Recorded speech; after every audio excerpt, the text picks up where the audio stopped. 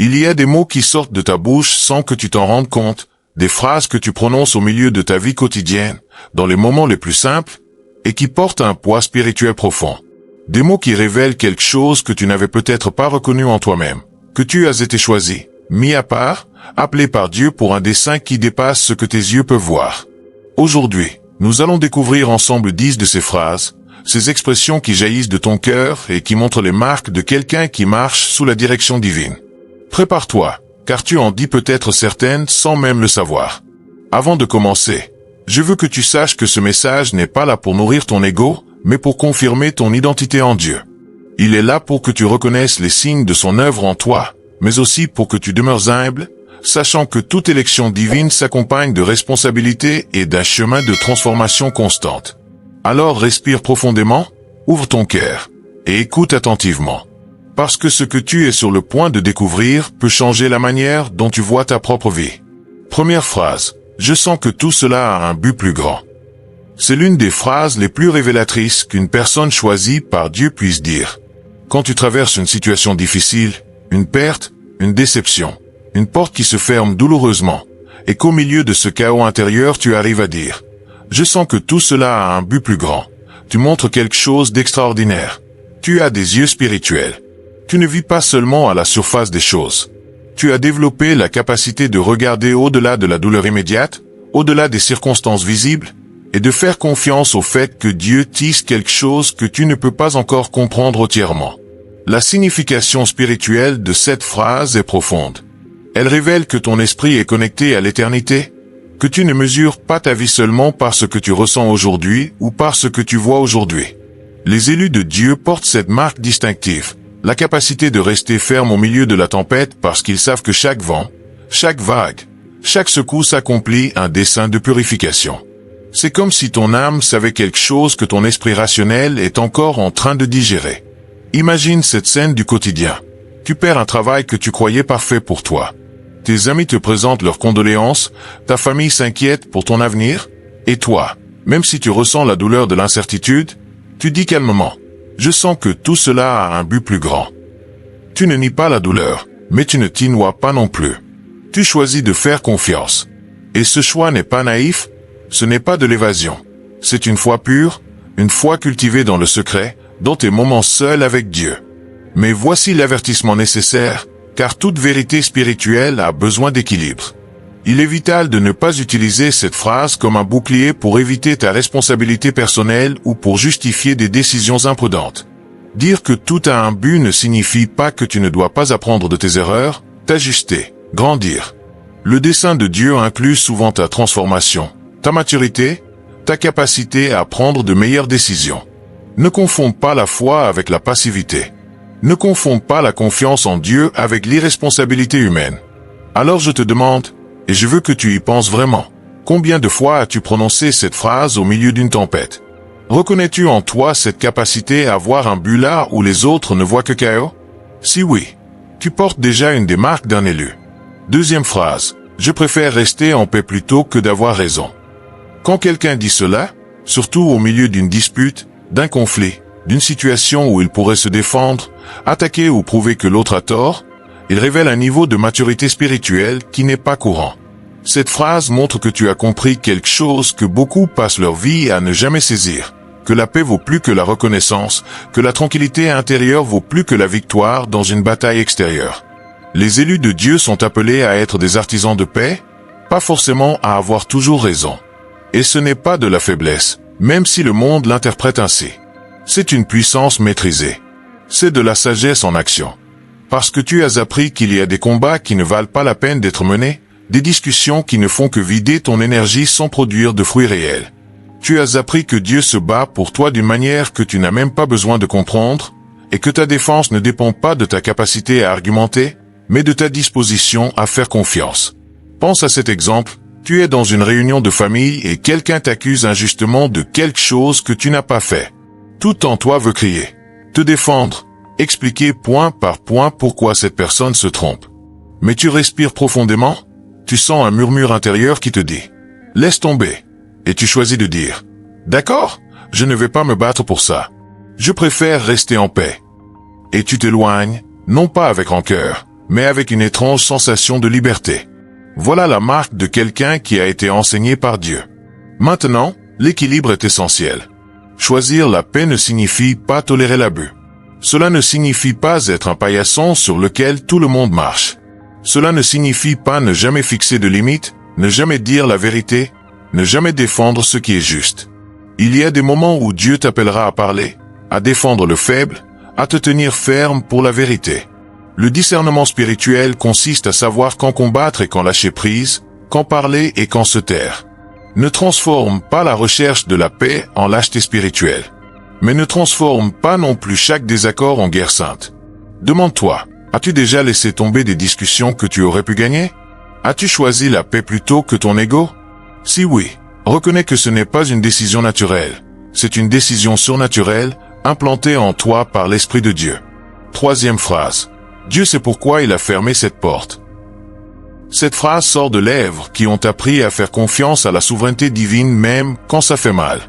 Quand une relation se termine, qu'une opportunité s'évapore, qu'un rêve s'effondre, et que toi, au lieu de t'aigrir ou de blâmer Dieu, tu dis, Dieu sait pourquoi il a fermé cette porte, tu démontres une foi qui a été éprouvée par le fait.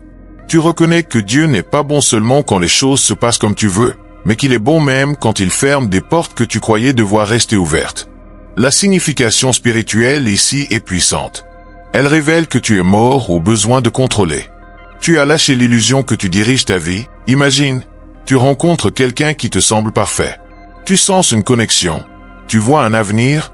Tu construis déjà des châteaux dans ta tête. Mais soudain, sans explication claire, cette personne s'éloigne, la porte se ferme. Et même si ton cœur souffre, même si tu ne comprends pas, tu arrives à dire, Dieu sait pourquoi il a fermé cette porte. Des mois plus tard, ou peut-être des années, tu regardes en arrière et tu comprends. Tu vois ce que tu ne pouvais pas voir alors. Tu vois que cette porte fermée t'a sauvé d'un mauvais chemin, d'une souffrance plus grande, d'un détournement de ton dessein. Mais attention au déséquilibre. Dire que Dieu a fermé une porte ne doit pas devenir une excuse pour ne pas évaluer tes propres actions. Parfois les portes se ferment parce que tu n'as pas fait ta part, parce que tu as pris des décisions impulsives, parce que tu n'as pas écouté les signaux d'alerte. La foi mature inclut une auto-évaluation honnête. Elle inclut la question, qu'est-ce que je peux apprendre? Qu'est-ce que je dois changer en moi? N'attribue pas à la souveraineté de Dieu ce qui est le résultat de ton immaturité. Mais ne porte pas non plus des culpabilités qui ne t'appartiennent pas. Apprends à discerner. Combien de portes fermées as-tu vues, avec le recul, comme des bénédictions déguisées? Si tu peux en compter plusieurs, alors tu sais exactement de quoi je parle. Et cette perspective n'est pas le fruit du hasard, c'est une révélation. Quatrième phrase. Ce n'est pas mon combat, c'est celui de Dieu. Quand tu prononces ces mots au milieu d'une injustice, d'une attaque, d'une calomnie, de quelqu'un qui te fait du mal, tu actives un principe spirituel puissant. Tu reconnais que tu n'as pas besoin de te défendre par tes propres forces, que tu n'as pas besoin de te venger, que tu n'as pas besoin de construire des stratégies humaines pour que justice soit faite. Tu remets le résultat entre les mains de Dieu et tu fais confiance au fait qu'il combattra pour toi. Cette phrase révèle que tu as compris ton identité. Les élus de Dieu ne se battent pas comme le monde se bat. Ils n'utilisent pas les mêmes armes. Ils ne jouent pas avec les mêmes règles. Ils ont appris qu'il y a une guerre spirituelle invisible derrière chaque conflit visible, et que leur rôle n'est pas toujours d'être le guerrier dans la tranchée, mais souvent d'être l'adorateur dans le lieu secret pendant que Dieu déplace ses armées invisibles. Imagine une scène réelle. Quelqu'un à ton travail parle mal de toi, invente des histoires, cherche à détruire ta réputation. Tu pourrais confronter, exposer, rendre le coup. Mais au lieu de ça, tu décides de t'agenouiller dans ta chambre et de dire « Ce n'est pas mon combat, c'est celui de Dieu. Il me défendra. » Et tu te relèves, tu continues à travailler avec excellence, sans anxiété, sans amertume. Et avec le temps, la vérité éclate sans que tu aies besoin de la forcer. Voilà l'œuvre de Dieu. L'équilibre ici est délicat. Cette phrase ne justifie pas la passivité face à l'injustice qui touche les autres. Si tu es témoin d'abus, d'oppression, de mal qui blesse l'innocent, Dieu peut t'appeler à être son instrument de justice. Ne cache pas ta peur derrière des phrases spirituelles. Mais lorsque le combat est personnel, ton nom, ta réputation, ton ego, apprends à lâcher prise. Apprends à faire confiance. Apprends à laisser Dieu combattre. As-tu confié récemment un combat à Dieu?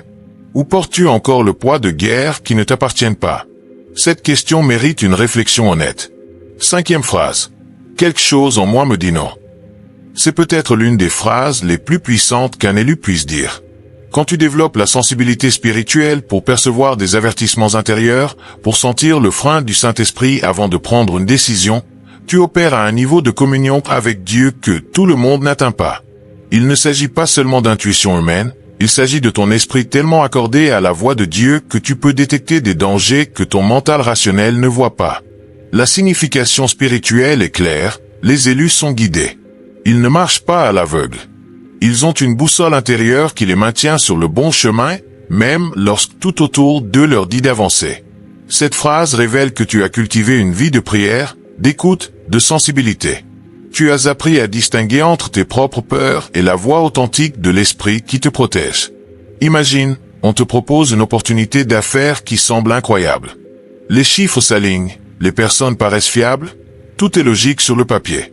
Mais au moment de signer, tu ressens une lourdeur dans la poitrine, un malaise inexplicable, et tu dis « Quelque chose en moi me dit non ». Et tu décides de ne pas avancer, même si tu ne peux expliquer à personne pourquoi. Quelques semaines plus tard, tu découvres que c'était une fraude, que tu aurais tout perdu. Ta sensibilité spirituelle t'a protégé. Mais l'équilibre est nécessaire. Ne confonds pas la peur avec le discernement spirituel. N'utilise pas cette phrase pour justifier chaque décision que tu refuses de prendre par confort ou par lâcheté. Le Saint-Esprit te pousse parfois à faire des choses inconfortables, qui te sortent de ta zone de confort, qui te font peur. Le discernement exige une honnêteté radicale. Est-ce l'esprit ou est-ce ma peur? Est-ce Dieu ou est-ce ma paresse? Apprends à faire la différence. As-tu déjà obéi à cette voix intérieure qui t'a arrêté juste à temps? Ou l'as-tu ignoré pour ensuite le regretter? Réfléchis-y. 6e phrase. Je traverse un processus. Quand tu dis cela, non pas avec résignation mais avec compréhension, tu révèles que tu as accepté le chemin de la transformation. Les élus comprennent que Dieu ne les appelle pas seulement pour les bénir. Il les appelle pour les changer, les façonner, enlever tout ce qui ne reflète pas son caractère. Et ce processus fait mal. Il est inconfortable. Il est long. Mais il est nécessaire. Cette phrase montre une maturité spirituelle parce qu'elle reconnaît que ce que tu vis aujourd'hui n'est pas ta destination finale, mais un chapitre indispensable de ta formation. C'est la différence entre quelqu'un qui se plaint constamment et quelqu'un qui, même sous le poids, reconnaît qu'il est préparé pour quelque chose de plus grand. Les élus ne gaspillent pas leur désert, ils y apprennent. Imagine, tu vis une saison de solitude profonde. Tes amis se sont éloignés, tu te sens incompris. Et les choses qui te remplissaient avant ne te satisfont plus. Et au lieu de désespérer, tu arrives à dire « Je traverse un processus. Dieu me prépare à quelque chose que je ne vois pas encore. » Et tu restes fidèle dans le secret, tu continues de grandir, d'apprendre, même si personne ne regarde. Voilà la marque d'un véritable élu. L'équilibre ici est vital. Ne romantise pas la souffrance inutile. Ne reste pas coincé dans des schémas destructeurs en disant « Je suis en processus », alors que tu dois agir, chercher de l'aide, faire des changements concrets. Dieu peut attendre que tu fasses le premier pas. Le processus divin inclut ta participation active, pas ta passivité. N'utilise pas cette phrase comme excuse pour ne pas grandir. Reconnais-tu que tu es en plein processus de transformation en ce moment? Ou résistes-tu, en voulant sauter les leçons que Dieu essaie de t'enseigner? 7e phrase. Tout ce que j'ai, c'est par grâce. Quand ces mots sortent de ta bouche avec sincérité, sans fausse modestie, sans chercher à être applaudi pour ton humilité, tu démontres que tu as compris la nature de ta relation avec Dieu. Cette phrase révèle que tu ne t'attribues pas les réussites que Dieu a accomplies dans ta vie, que tu n'es pas tombé dans le piège de l'orgueil spirituel, que tu reconnais que chaque respiration, chaque bénédiction, chaque victoire est un don immérité. Les élus vivent sous le radar de la grâce. Ils ne se vantent pas, ne se comparent pas, ne regardent pas les autres de haut. Parce qu'ils savent que tout ce qu'ils sont et tout ce qu'ils ont est le résultat de la miséricorde divine, pas de leur propre bonté ou capacité. Cette conscience les garde humbles, accessibles, compatissants envers ceux qui luttent. Imagine, quelqu'un te félicite pour ton caractère, ta paix, ta manière de gérer les situations. Et au lieu de te gonfler d'orgueil et d'accepter l'éloge comme si c'était uniquement ton mérite, tu dis « Tout ce que j'ai, c'est par grâce ». J'étais un désastre, et Dieu m'a transformé. Tu ne nies pas les décisions que tu as prises, le chemin que tu as parcouru, mais tu reconnais la source. Tu rends à Dieu l'honneur qui lui revient. Mais attention aux faux équilibres. La grâce de Dieu n'annule pas ta responsabilité. Elle n'annule pas ton effort. Elle n'annule pas ta participation à ta croissance. Dire que tout est par grâce ne signifie pas rester assis en attendant que Dieu fasse tout. Cela signifie que sans lui, ton effort est vide, mais avec lui, ton effort est multiplié. N'utilise pas la grâce comme excuse pour la médiocrité. Vis-tu conscient que tout ce que tu es est un cadeau? Ou as-tu commencé à te croire propriétaire de tes propres réussites? 8e phrase. J'ai besoin de temps seul avec Dieu. Cette phrase simple révèle un besoin que seuls les élus comprennent profondément. Ce n'est pas seulement un désir de tranquillité ou de fuir le bruit du monde. C'est une fin spirituelle authentique d'être dans la présence de Dieu. C'est reconnaître que ta force, ta clarté, ta paix, ta direction viennent de ces moments secrets où il n'y a pas de public, pas de façade, où tu es totalement vulnérable devant lui. Les élus ne peuvent pas vivre sans ces moments. Ce n'est pas de la religiosité, ce n'est pas un rituel. C'est un besoin vital, comme respirer. Parce qu'ils ont expérimenté que dans la présence de Dieu, ils trouvent ce que le monde ne peut pas leur donner. Ils trouvent des réponses sans poser de questions, une paix sans tout résoudre, une force sans explication. Imagine, ta vie est pleine, occupée, avec 1000 exigences. Mais tu ressens un vide intérieur, une déconnexion, et tu te rends compte que tu as négligé ton temps seul avec Dieu. Et tu décides, intentionnellement, d'annuler certaines activités, de dire non à des engagements, pour créer cet espace. Et tu dis, j'ai besoin de temps seul avec Dieu. Et quand tu le fais, quand tu le rencontres, tout se remet à sa place. L'équilibre est important. Le temps seul avec Dieu n'est pas une échappatoire à tes responsabilités. Ce n'est pas une façon d'éviter des problèmes réels qui nécessitent des solutions pratiques. N'utilise cette phrase distingue les vrais élus de ceux qui ne cherchent Dieu que pour ses bienfaits. Car les vrais élus aiment Dieu non seulement pour ce qu'il donne, mais pour qui il est. Ils continuent de croire quand ils ne voient pas de réponse. Ils continuent d'adorer quand ils ne ressentent pas sa présence. Ils continuent d'avancer quand tout en eux veut abandonner. Imagine, tu as prié pour quelque chose pendant des années. Tu as vu d'autres recevoir ce que toi tu demandais. Tu as traversé des pertes, des déceptions, des nuits noires de larmes. Et quelqu'un te demande, tu crois encore? Et d'une voix brisée mais ferme, tu réponds, malgré tout, je continue de croire. Cette réponse n'est pas naïve. C'est le fruit d'une foi éprouvée qui a tenu bon. L'équilibre ici est délicat. Continuer de croire ne signifie pas nier la douleur. Cela ne signifie pas faire semblant d'aller bien quand ce n'est pas le cas. Cela ne signifie pas étouffer tes doutes ou tes questions. Dieu est assez grand pour accueillir ton honnêteté. Tu peux pleurer, tu peux questionner, tu peux exprimer ta frustration, et pourtant continuer de croire. La foi mature inclut toutes tes émotions, pas seulement les positives. As-tu gardé la foi au milieu de la tempête la plus féroce? Si oui, alors tu sais ce que signifie être choisi. Parce que cette foi n'est pas humaine. C'est un cadeau surnaturel que Dieu dépose en ceux qu'il a appelés. Nous arrivons au terme de ce parcours à travers ces 10 phrases révélatrices, et je veux que tu saches ceci. Si tu t'es identifié à plusieurs d'entre elles, si tu as reconnu ta propre voix dans ces mots, ce n'est pas un hasard. Dieu confirme quelque chose dans ton esprit aujourd'hui. Il te dit que oui, tu as été choisi, mis à part, appelé pour un but qui dépasse ta propre personne. Mais souviens-toi toujours, l'élection divine ne te rend pas supérieur à qui que ce soit. Elle te rend responsable envers tous. Elle fait de toi un serviteur, pas un maître. Un instrument, pas une idole. Ton identité d'élu ne réside pas dans ce que tu fais, mais dans ce que Dieu a déclaré sur toi. Elle ne réside pas dans tes réussites, mais dans sa grâce. Elle ne réside pas dans ta perfection, mais dans son œuvre continue de transformation dans ta vie. Et cette identité est inébranlable. Personne ne peut te l'enlever. Aucune circonstance ne peut la changer. Aucune erreur ne peut l'annuler. Parce que c'est Dieu qui t'a choisi avant même que tu ne le choisisses. Alors marche la tête haute, mais le cœur humble. Marche avec assurance, mais dans la dépendance. Marche avec but, mais avec patience. Parce que ton histoire est encore en train de s'écrire, et chaque chapitre, chaque épreuve, chaque victoire, Accomplis le plan parfait que Dieu a tracé pour toi avant la fondation du monde. Ne laisse pas le monde te définir. Ne laisse pas tes erreurs passées te disqualifier. Ne laisse pas les voix du doute te réduire au silence. Parce que tu portes en toi le sceau du Dieu très haut. Et ce sceau ne s'efface pas, ne disparaît pas, ne perd pas sa puissance.